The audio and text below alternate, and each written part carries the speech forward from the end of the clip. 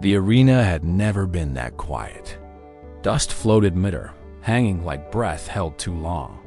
A dozen cowboys lined the rails, their hats casting shadows over eyes wide with disbelief.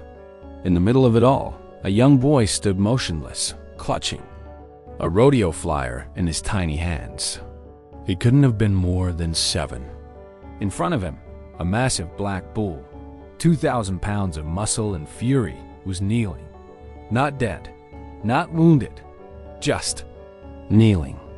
As if something in that child had stopped time itself. His name was Wyatt Boone, the youngest son of a former bull rider, Jack Boone. Most folks just called the boy Little Boone. He'd grown up behind the chutes and under bleachers, always watching, always sneaking past the gates when no one noticed. But today was different. Today he walked into the arena while the crowd was still buzzing from a failed ride. The bull Midnight Tempest, feared across Dustern County, was loose. And somehow, he stopped when he saw the boy. The men on the fence didn't know what to do. Some held their breath. A few took off their hats in silence. Midnight Tempest had sent a grown man to the hospital just last month, but now he bowed like a preacher in prayer. The crowd didn't cheer, didn't gasp, just stared. Wyatt didn't seem scared. His lips moved as if whispering something. No one could hear what. He held that rodeo flyer like it meant more than paper ever could. Jack pushed through the gate just as his legs gave out. "Wyatt," he called, hoarse, helpless. He expected the worst. Instead, he saw something he couldn't explain. The bull's massive eyes followed the boy, not with rage, but with recognition. Wyatt turned to his father and said quietly, "He looked at me like Grandpa did before he left." The words hit Jack in the chest like a hoof. Wade Boone, Jack's own father, had died under a bull nearly 20 years ago. The crowd didn't know that part. But old Roy Beckett, the pen boss, stepped forward, pale and shaky. "That boy's a Boone, all right." Spitting image of Wade. "And Tempest, he's got the blood of the bull that killed him." The words rippled like thunder through the crowd. What had just happened wasn't in any rule book. Some called it a miracle, others a mystery. But all of them knew. They'd seen something that didn't belong to this world. As Midnight Tempest rose slowly and turned away, the dust settled behind him like the closing of a chapter no one had meant to reopen. And Wyatt just watched, silent, as if he'd known the ending all along. After the arena cleared and the dust began to settle, people didn't go back to cheering or drinking like they usually did. Something had shifted. A silence lingered in the air. Not the quiet before a storm, but the kind that comes after one, when nobody's sure what to say. Wyatt sat on a bale of hay near the fence, swinging his boots slowly. His flyer was still clutched in his hands, wrinkled now, but he didn't let go. He hadn't said much since the moment Midnight Tempest knelt in front of him. Jack Boone stood nearby, arms crossed, eyes locked on the bullpens. He hadn't ridden in almost 12 years, not since a busted collarbone ended his career and took away whatever glory he had left. But what he saw in that arena, it tore open something he'd buried. Wade Boone, his father, had died under a bull bred from the same bloodline as Tempest. Jack had been just a few years older than Wyatt when it happened, and now his own son was wrapped up in something eerily familiar. Roy Beckett walked over, slow, brushing dust off his jeans, his eyes sharp under his old straw hat. "That boy's got something in him, Jack," he muttered, almost like a warning. "Ain't just blood, it's presence. The kind you don't teach. Bulls feel it. Just like they felt it in Wade." Jack shook his head, jaw tight. "That's not what I want for him." But Roy just gave a half smile. "Doesn't matter what you want. Rodeo's got its own way of choosing."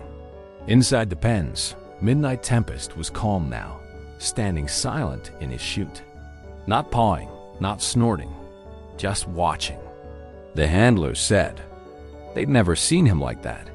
He hadn't so much as twitched since Wyatt left the dirt. One of the younger wranglers swore the bull looked almost tired, like he's seen too much, the kid said.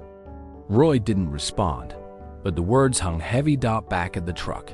Jack tried to get Wyatt to talk. "What happened out there?" he asked gently. Wyatt looked up, eyes steady. "He didn't want to hurt me," he said. "He was looking for something." Jack's chest tightened. "Looking for what?" The boy shrugged. "I think maybe for someone who remembers." Jack didn't answer, because suddenly it felt like Wyatt wasn't talking about the bull at all. That night, as Dustin slept under a thin moon, the arena lights stayed on longer than usual. Midnight Tempest didn't lie down once, just stood there, staring at the gate where Wyatt had walked in, as if waiting for something or someone to return. 3 days after the showdown, Jack Boone found himself digging through the back of his barn, hands dusty and throat dry. He hadn't touched those boxes in over a decade-old rodeo tapes, newspaper clippings, photos yellowed by time. He told himself he was looking for something to prove it was all in Wyatt's head, but deep down, he knew better. Something in the boy's eyes, quiet and steady, had stirred up ghosts Jack had spent years trying to forget. And now those ghosts were knocking again. ***, Wyatt was at the kitchen table, coloring with his mother, Ellie Boone, pretending to be just another 7-year-old. But he kept glancing toward the barn like he knew what his dad was doing. Ellie watched him with soft concern. "You still think about the bull?" she asked gently. Wyatt didn't look up. "He's still thinking about me," he said. "I feel it." She didn't press. Ellie had married into the Boone name, knowing it carried more than just saddle leather and rodeo pride. It carried weight. In the barn, Jack finally found it. A small camcorder with a cracked viewfinder and a label on the tape. Wade Boone, Amarillo Finals, 2006. He hesitated before pressing play. The footage was shaky, but there he was, Wade Boone, riding a bull with fire in his eyes and a calm that didn't make sense. And in the background, a voice said something Jack had forgotten. "That man don't ride bulls. He talks them, huh?" The ride ended badly. Wade was thrown, trampled, and never got up again. But what caught Jack's breath wasn't the ride. It was what happened after. The bull-black Tempest, Midnight Sire, had stopped, frozen, just like his son. He stood over Wade's body, eyes locked on him, unmoving. Then he lowered his head and backed away.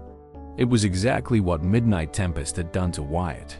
That night, Jack didn't sleep. He sat on the porch, boots tapping against the wood, staring at the moon. Wyatt came out quietly and sat beside him. They didn't speak for a while. Then Wyatt said, "You think it's a curse?" Jack looked down. "No, but I think it's something we don't understand." Wyatt nodded like he already knew. Maybe it's not about being afraid of the bull. Maybe it's about listening. The next morning, Jack walked into the Dustern office and asked to see Midnight Tempest's full bloodline. The clerk raised an eyebrow but handed over the papers. Jack scanned the names: Black Tempest, Iron Mist, Widow's Thunder, and at the bottom, a scribbled note: temperamental. Avoid breeding, too intuitive. Jack stared at that word intuitive and felt the back of his neck prickle. Something deeper was happening here, and Wyatt Boone was in the center of it. By the weekend, word had spread across Dustern like wildfire. Folks from neighboring counties started showing up at the arena, hoping to catch a glimpse of the boy who had stopped the storm. Wyatt Boone didn't like the attention. He stayed close to the barn, quiet, watching from the shadows. But Midnight Tempest had changed. The bull no longer flared his nostrils or charged the gates. He stood calmly at the edge of his pen, always facing the Boone ranch, as if waiting for something only he could sense. Jack wasn't sure what scared him more, the way people were turning Wyatt into some kind of legend, or the feeling growing inside his chest, like all of this wasn't random. Roy Beckett confirmed it late Sunday afternoon when he dropped a dusty envelope on Jack's truck seat. Found this in the office, from back when Wade was still alive. Inside were handwritten notes from Wade Boone himself, dated just weeks before his final ride. Notes about bull behavior, about eye contact, about a theory Wade never shared aloud. One page stopped Jack cold. It read, "Some bulls don't buck from fear. They buck from memory. They remember hands, faces, pain. But sometimes they remember mercy." Jack ran a thumb across the fading ink and leaned against the truck door, overwhelmed. He could still see Wade's face that night before the finals, calm, distant, as if he'd already made peace with something the rest of them couldn't feel. Maybe this wasn't about legacy. Maybe it was about finishing what Wade started. Later that evening, Wyatt asked to see Midnight Tempest again. Jack hesitated but agreed. They walked to the pens just before sundown, when the sky bled into gold. Tempest was already near the gate. The moment Wyatt approached, the bull stepped forward, not aggressively, but with intention. Wyatt leaned his hand on the rail and whispered something Jack couldn't hear. The bull responded with a deep, low sound, less a snort, more like a breath released after holding it too long. "I think he knows who I am," Wyatt said, eyes locked on Tempest's. "Not just me, but Grandpa too." Jack swallowed hard, something in his throat he couldn't explain. "Maybe he does," he whispered. "Maybe bulls don't forget the ones who listen."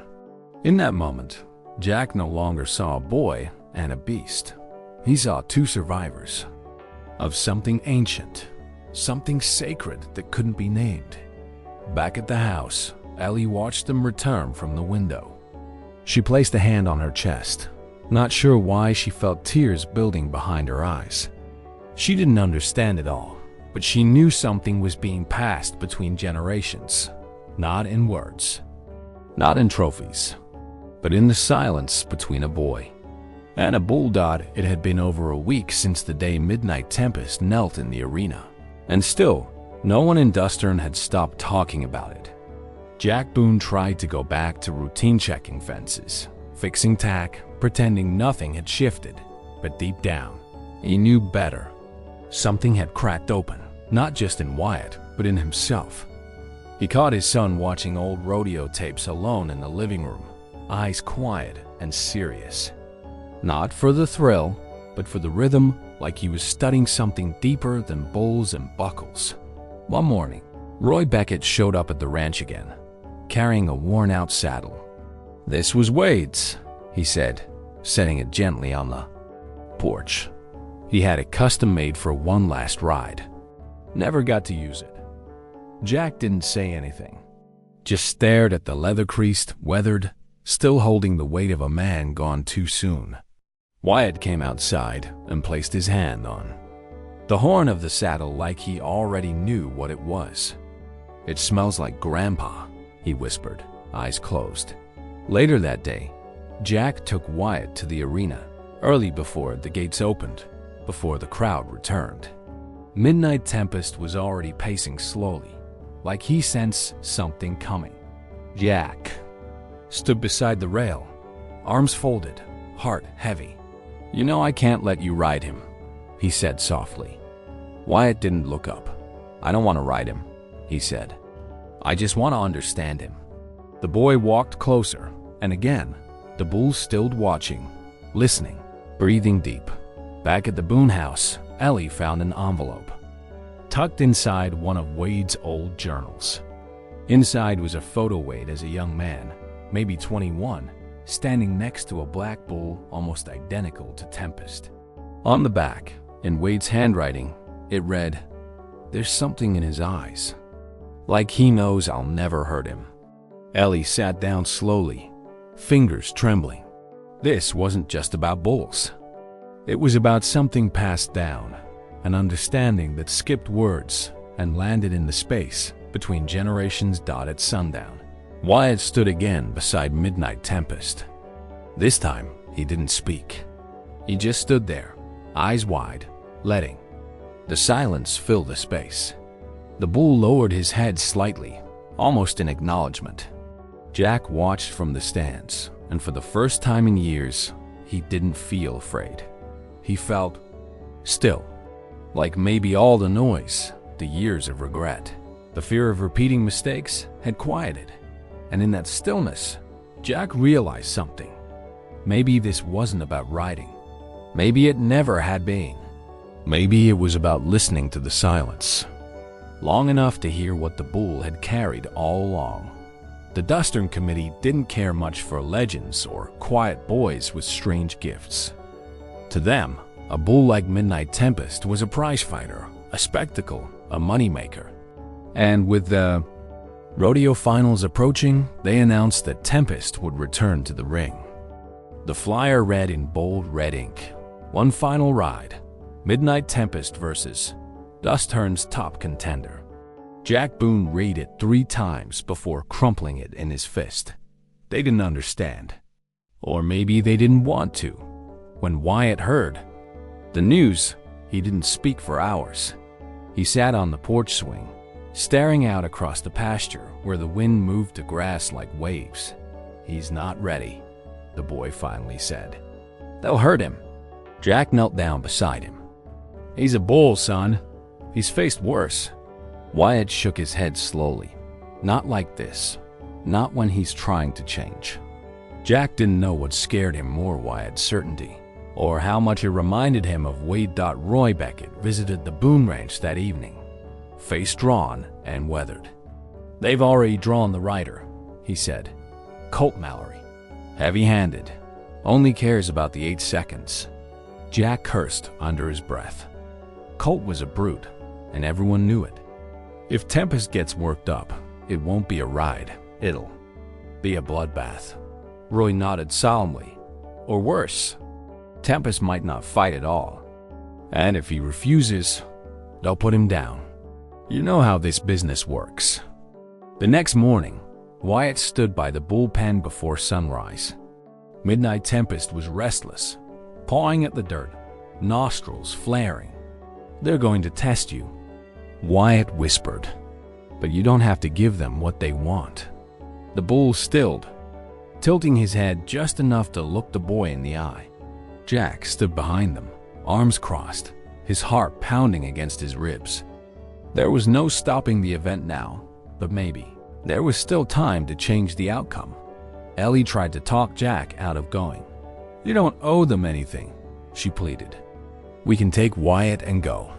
Leave Dustern behind." But Jack looked at her with eyes full of something old grief, maybe, or guilt. "I walked away once before," he said, "and I've regretted it every day since." He kissed her forehead gently. "I have to see this through. For Wade, for Wyatt, for that bull." The night before the ride, Wyatt placed Wade's old saddle on the fence rail and left a single note tucked into the leather. "He remembers." No name, no explanation. Just 2 words written in a boy's careful hand. And somewhere in the dark, Midnight Tempest stood still, watching the arena under the lights, like he already knew the storm was coming. The day of the final ride arrived under a heavy sky, thick with heat and tension. Dustern Arena was packed locals, out-of-towners, reporters with lenses long enough to catch every flinch. They weren't there for the rider. They were there for the bull, for Midnight Tempest, for the story. Everyone had heard it. The boy who calmed the storm. Some believed it. Others just wanted to see if the legend would break under a real cowboy's grip. Colt Mallory strutted across the arena, like a man already crowned. His vest was spotless, his smirk carved deep. "Nothing but a damn animal," he told a reporter before mounting. "All bulls break when you know how to ride 'em dirty." Jack Boone heard the words and felt something in him twist. Colt didn't know what he was walking into. And worse, he didn't care. Jack glanced at the chutes where Midnight Tempest stood still, head lowered, breathing slow and steady. Not afraid. Not angry. Just ... waiting. Wyatt stood beside Roy Beckett behind the chutes. He wasn't allowed in the arena today. "Promise me you'll stop it if it goes wrong," he whispered. Roy didn't answer right away. He looked down at the boy and said, "I'll try, son. But bulls don't wait for men to fix things. You know that." Wyatt held onto the rail, fist tight. He didn't blink when they opened the gate. Colt launched out of the chute, all muscle and arrogance, one arm flailing high. But Midnight Tempest didn't buck. Not violently. Not like they expected. He turned once, twice, then stopped, mid-arena. Frozen. Colt yanked the rope harder, spurred him hard. That's when the bull threw his head, not to buck, but to knock. The rider clean off his back. It wasn't wild, it was precise. Colt hit the dirt hard and didn't move. Gasps rippled through the stands. The clowns rushed in, but Tempest didn't charge. He stood over Colt, towering, breathing heavy, but still. The same way Black Tempest had stood over Wade Boone years ago. History was repeating, but in a different key. This time, the bull walked away, on his own. No victory lap, no rage. Just silence. The crowd didn't cheer. They stood, hats in hand, watching as Midnight Tempest exited through the far gate. Wyatt let go of the rail, breath shaky. He made his choice, he whispered. Jack Boone stood frozen in the stands, eyes full of memory. For the first time, he understood. The bull hadn't spared Colt. He'd spared himself from becoming what they wanted. And in doing so, he changed everything. Nobody spoke when Midnight Tempest left the arena. He walked through the exit gate. With slow, deliberate steps, head held high, dust rising behind him like a trail of memory. It was a moment that didn't fit in any rulebook. No score was posted. No bell rang. And yet, everyone knew they'd witnessed something that mattered. More than winning. Even the loudest skeptics stood still, unsure whether to applaud or pray. Colt Mallory limped out with help from 2 rodeo clowns, bruised more in ego than in body. He refused to look at the crowd. For a man who built his reputation on dominance, being walked down on by a bull was worse than being thrown. The announcer struggled to find the right words, his voice cracking through the speakers. "Well, folks, sometimes the rodeo doesn't go how we plan it." But no one laughed. The crowd had seen something real, something unexplainable. Back behind the pens, Jack Boone found Roy Beckett sitting on a feed bucket, eyes glassy. "I've seen bulls break bones. Seen him lose control," Roy muttered. "But I ain't never seen one walk away from a fight. On purpose." Jack lit a cigarette with shaking fingers. "He didn't walk away from a fight," he said. "He walked away from what people expected of him." Roy nodded slowly. "That bull's got more man in him than half the folks in those bleachers." Wyatt was quiet the rest of the evening. At dinner, he barely touched his food. Ellie watched him carefully, waiting, but didn't press. Finally, as the sun dipped low and the crickets started their song, he spoke. Tempest didn't win or lose. He just chose. Jack looked across the table, catching the truth in his son's eyes. "And what do you think he chose?" Wyatt didn't hesitate. To remember who he was before they made him forget. That night, Jack pulled out Wade's old journals again. There were pages he'd skipped before, thinking they were just ramblings. But now, the words hit different. Animals don't forget mercy, but they also don't forget when we fail them.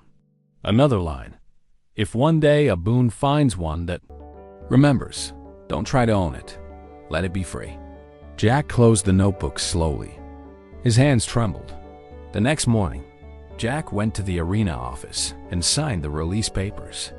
Midnight Tempest was officially retired. Not sold. Not auctioned. Just ... "What are you going to do with him?"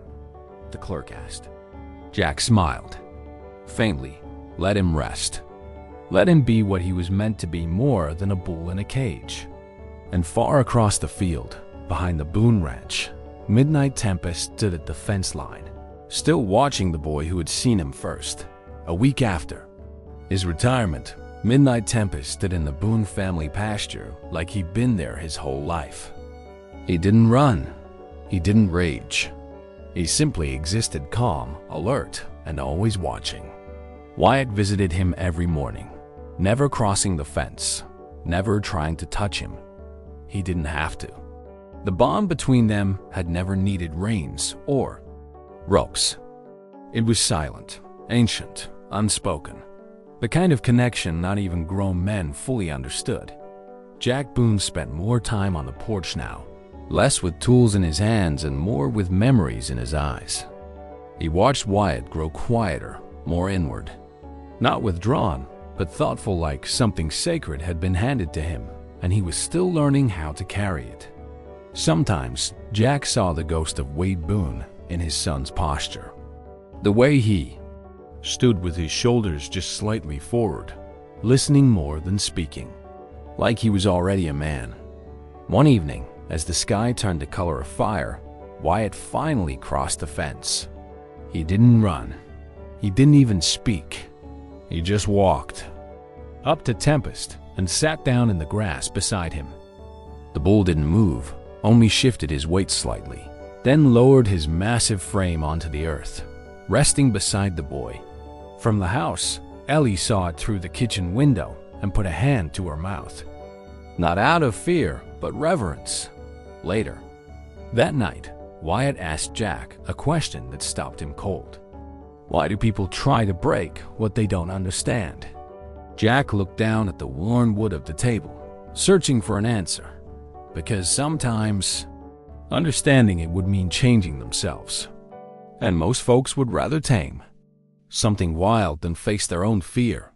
Wyatt nodded slowly. I don't want to tame him. I want to remember with him. That night, Jack walked out to the barn alone and opened an old wooden chest he hadn't touched in years. Inside was Wade's championship belt buckle, the one he won the year before his final ride. Jack hadn't been able to look at it since, but tonight he dusted it off and placed it on the table. Wyatt found it the next morning, beside a note. In Jack's handwriting, some rides aren't meant for bulls. Some are meant for sons. In the pasture, Midnight Tempest stood at the edge of the trees where the wild land began. He turned his head toward the house, then back to the horizon. Jack saw it from the porch and knew the bull was ready, and so was Wyatt. One had been carrying memory, the other legacy, and now both stood on the edge of something neither of them could fully name. The morning came quiet, wrapped in soft fog and a kind of stillness that felt almost sacred. Wyatt stood by the pasture fence, boots dusty, hands tucked in his jacket pockets. Midnight Tempest waited near the tree line, unmoving, eyes fixed on the boy like he always had. Today wasn't about crowds or rides or proving anything. Today was about letting go with love, not fear. Jack stood a few yards behind, arms crossed, heart beating with something that felt like both grief and grace. Without a word, Wyatt climbed the fence and stepped into the pasture. Tempest didn't move until the boy was near, then lowered his head slightly in greeting. Wyatt reached out and touched the bull's thick, coarse neck for the first time. No rope, no halter. Just trust, just memory. Then he whispered something, so low only the earth might have heard it. You're free now. You always were. Jack had arranged it the night before. Beyond the Boone pasture, the land opened into miles of wild country brush, creeks, deep woods. A place untouched by rodeo lights or gate whistles. A place bulls didn't have to perform. When Wyatt gave the signal, Roy opened the gate. Tempest turned once, looking back not out of hesitation, but acknowledgement. Then he walked forward, one step at a time, toward the trees and into the silence that had always called him. Wyatt watched until the last shadow of the bull disappeared behind the pines. He didn't cry. He didn't wave. He just stood there, full of something too old for his age, like a story told without words. Jack stepped beside him. "You did something I never could," he said. Wyatt tilted his head. "What's that?" Jack smiled faintly. "You let go without losing." That night, the Boone house felt different. Not empty, just quieter, more peaceful. Ellie set 3 plates at the table, out of habit, then paused and gently placed one back in the cabinet. Wyatt sat in his usual seat, but this time he said grace, short and soft. "Just a thank you." Jack watched his son with pride he didn't have words for. Not because the boy had stood in an arena, but because he had learned when to leave it. Far beyond the lights of Dustern, where fences ended and wild things began, Midnight Tempest moved through the dark with no rope around his body and no weight on his back. He wasn't running. He wasn't hiding. He was remembering one slow step at a time. And somewhere in that open silence, the spirit of Wade Boone rode beside him, finally at rest.